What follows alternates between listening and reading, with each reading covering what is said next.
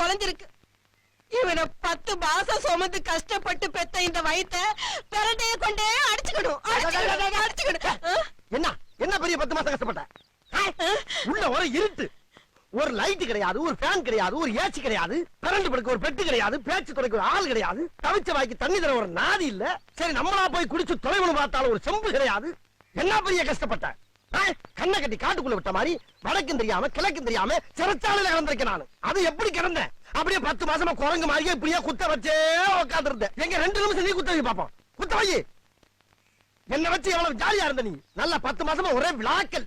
வளகாப்புங்கிற பேர்ல வளையல் போடுறது, பூச்சுடுறது, புது புடவையா வாங்கி சுத்திக்கிறது, விருந்துங்கிற பேர்ல கண்ணதுகள் எல்லாம் குலைச்சு குலைச்சு உருண்டை கட்டியா உள்ள இறக்கி லோனை கொல்ல பார்த்தது இல்லாம கஷ்டப்பட்டாச்சு. சரி அவ்வளவு தின்னு இல்ல பிள்ளை கலரா பறக்க 100 கிராம் குங்குமப்பூ வாங்கி முழுங்கி வெள்ளையா பிறந்திருப்பல. யார் கஷ்டப்படுறது, யார் பேர் வாக்குறது? பாத்தியாடி பார்வதி என் பிள்ளையோட அறிவை? இந்த உலகத்துல மக்க மனுஷ தோண்ட காலத்துல இருந்து இப்படி ஒரு விளக்கத்தை யாரா சொல்லிருக்காங்களா? இல்ல யாருக்காவது தோணி இருக்கு?